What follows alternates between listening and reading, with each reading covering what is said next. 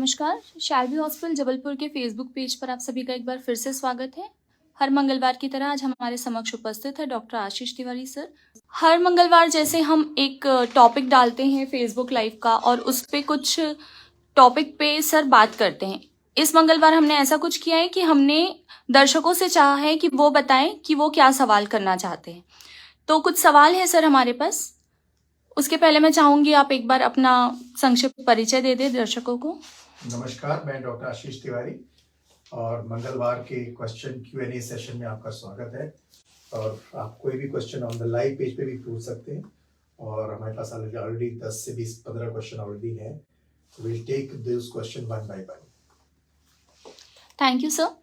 तो पहला क्वेश्चन है हमारा जो कि मेहुल करके एक है, उन्होंने पूछा है कि शुगर और हार्ट की बीमारी इसका क्या रिलेशन है। तो डायबिटीज या शुगर की बीमारी जिन भी लोगों को होती है उन सब लोगों को हृदय रोग बीमारी होने का रिस्क बहुत ज्यादा होता है।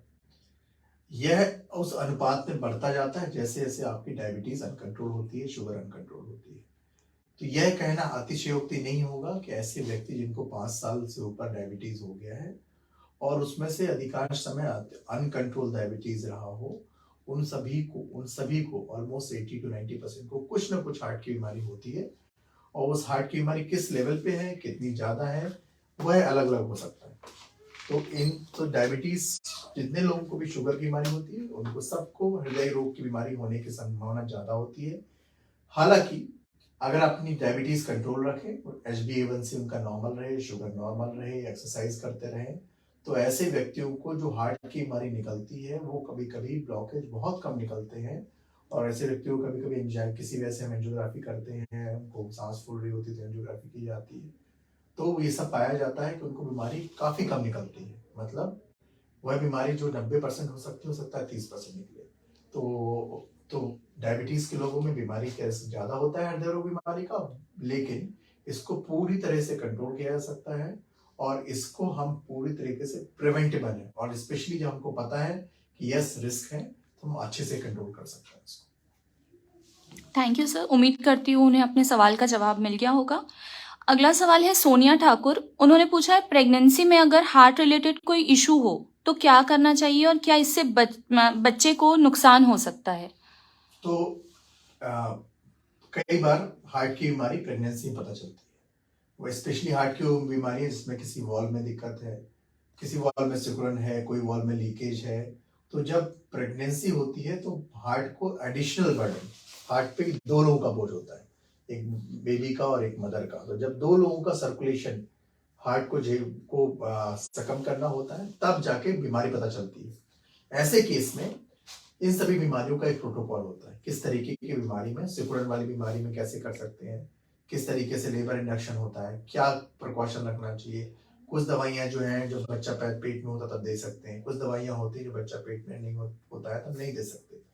इन सब का एक प्रॉपर प्रोटोकॉल होता है और अधिकांश केस में देखा गया है कि एक्सेप्ट ऑफ 2 से 3% हार्ट की बीमारियां जो बहुत एडवांस स्टेज में होती है, specially pulmonary artery hypertension, severe aortic stenosis, इन 2 बीमारियों के अलावा बाकी सब में मदर का रिजल्ट बहुत अच्छा होता है, बच्चे का रिजल्ट बहुत अच्छा होता है।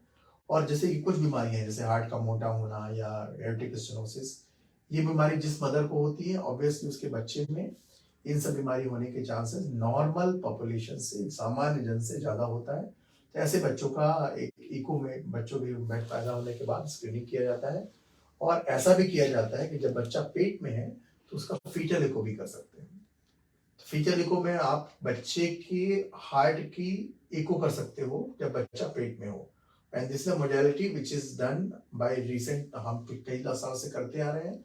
और इसमें कुछ बीमारियों को छोड़ के जहाँ पे बहुत सीवियर बीमारियां होती हैं उसमें बच्चे को टर्मिनेट करने की सलाह भी दी जाती है अगर वो 20 हफ्ते के पहले। और कुछ बीमारियां जो छोटी बीमारियां होती है उसको बाद में इलाज करने की सलाह देती है। तो यस, सारी प्रेगनेंसी में अगर कोई भी हार्ट की बीमारी आपको आती है तो उन बीमारियों का इलाज समुचित होना चाहिए। और जनरली ऐसे केस में डिलीवरी की सलाह ऐसी जगह दी जाती है जहाँ पे कार्डियोलॉजी या हृदय रोग विभाग का बैकअप हो, जैसे कि शैल्बी हॉस्पिटल और any other tertiary care institute जहाँ पे बैकअप अवेलेबल है। Thank you sir. उम्मीद करते हैं सोनिया जी को उनका सवाल का जवाब मिल गया होगा।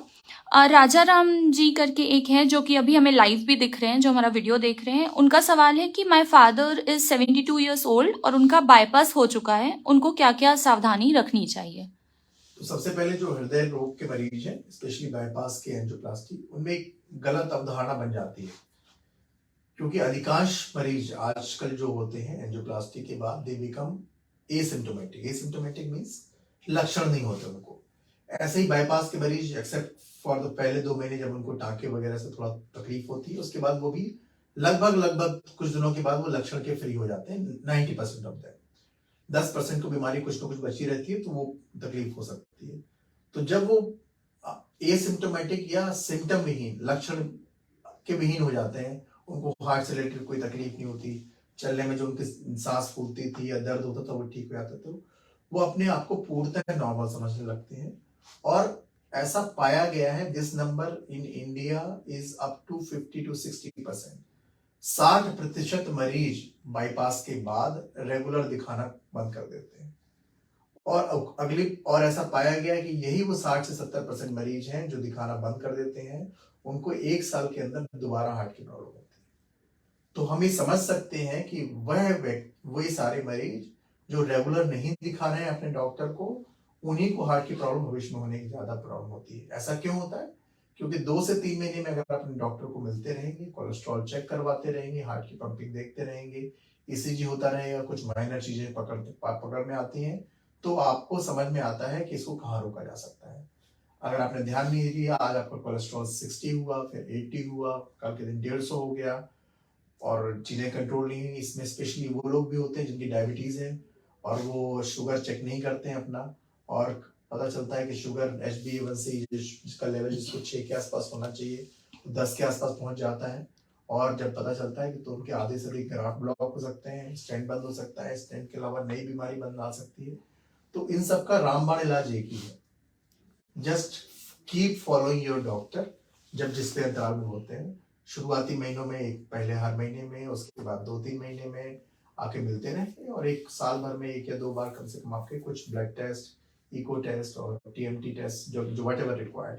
सो I think without going into much details, one can understand कि उनको लगातार अपने डॉक्टर को दिखाना है, स्पेशली अगर वो ऑपरेटेड केस है। ऑपरेशन, एंजियोप्लास्टी, बाईपास या और भी कोई ऑपरेशन, केवल 50% काम है।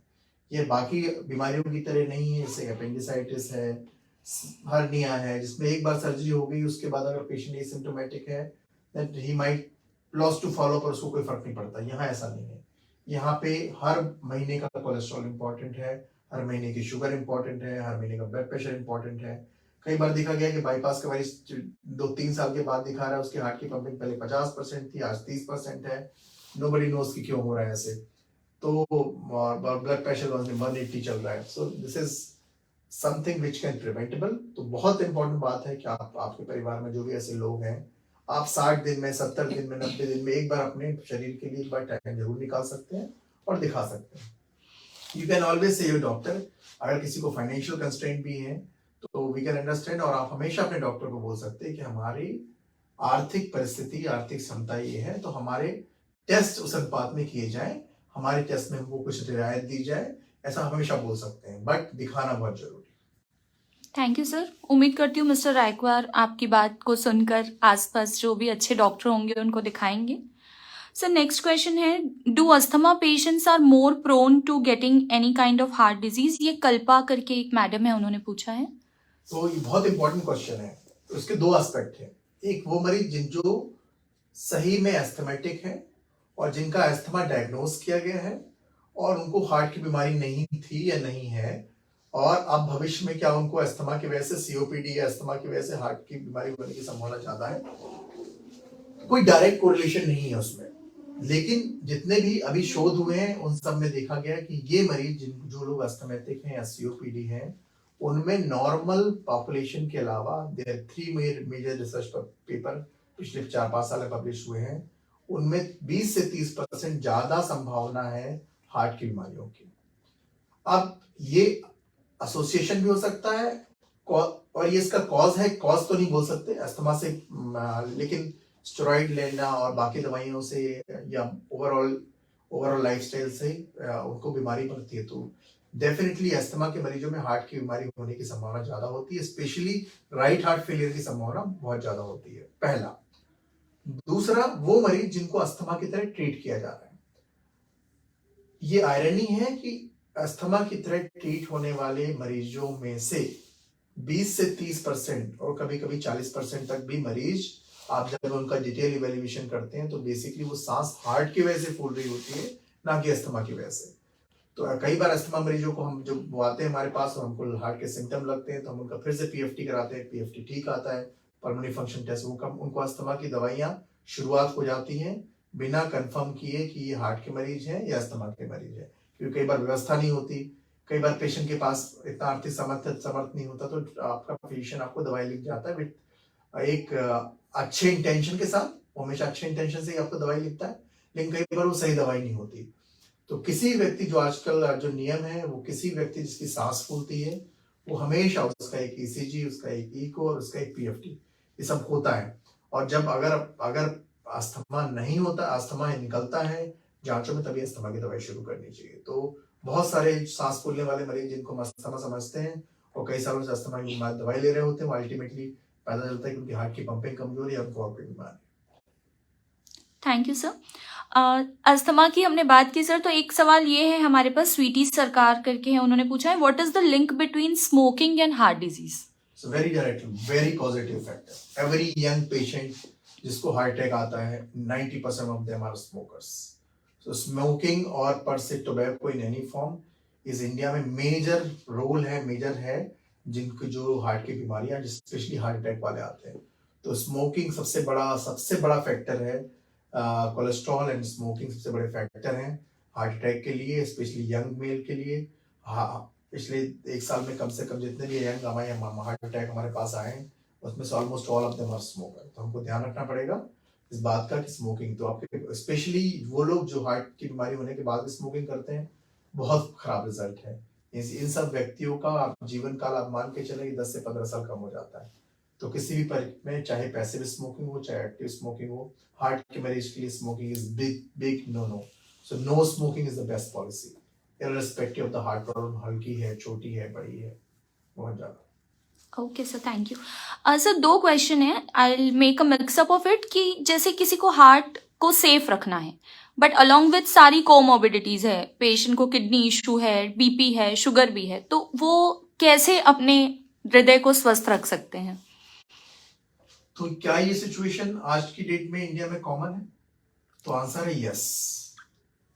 So you will see 50 to 70 के बीच में there is a plethora of patient, diabetic, hypertension, सांस फूल रही है, थोड़ा हार्ट की प्रॉब्लम भी है, थोड़ा किडनी की प्रॉब्लम भी है, ह्यूज नंबर ऑफ पेशेंट। तो ये मल्टीपल कोमोर्बिडिटी वाले जो मरीज होते हैं, इनको मैनेज करना मुश्किल होता है for the obvious reasons.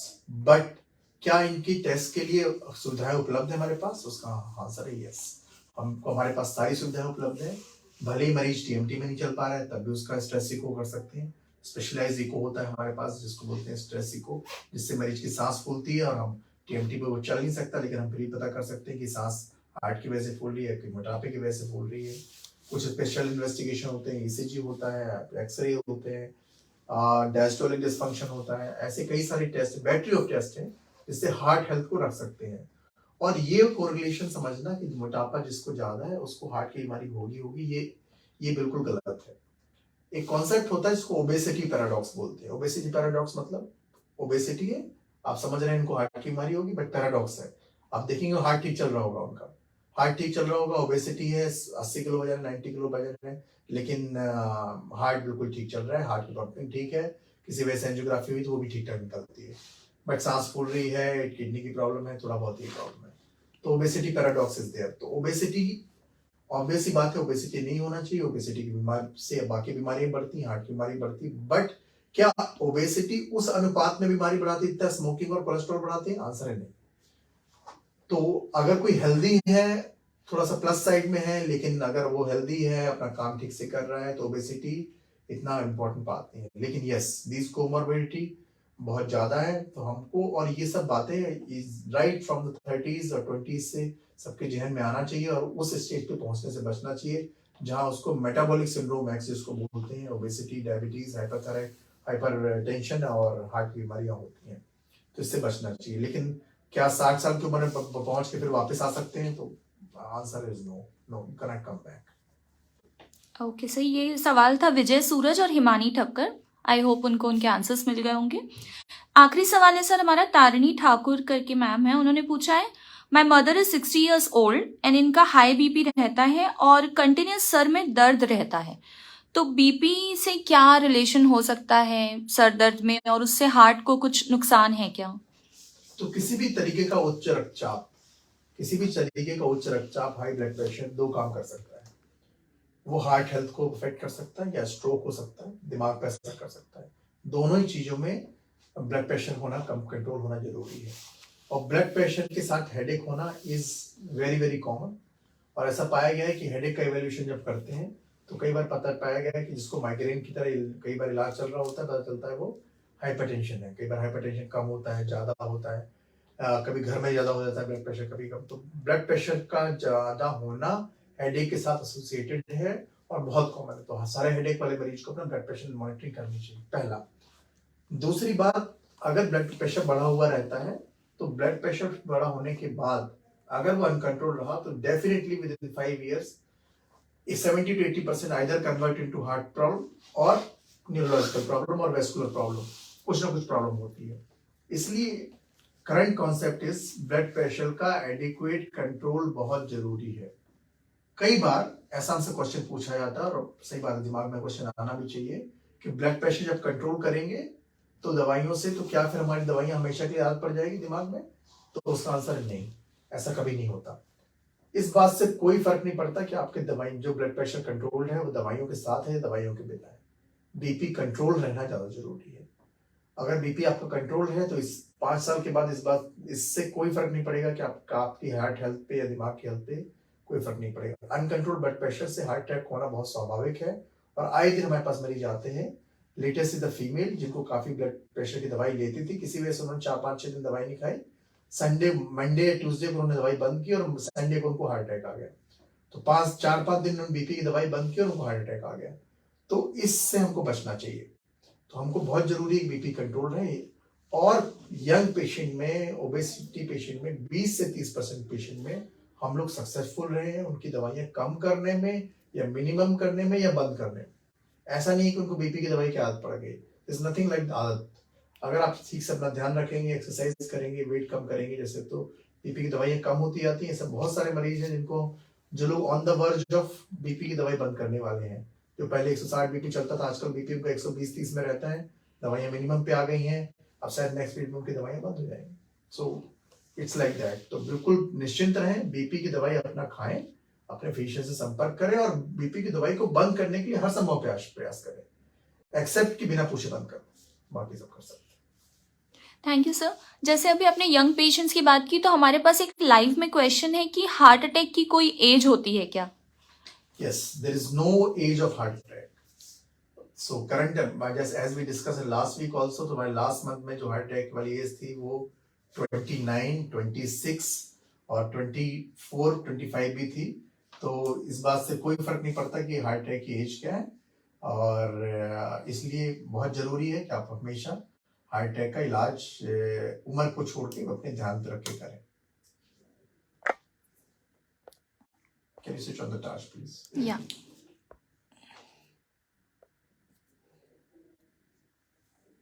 Okay.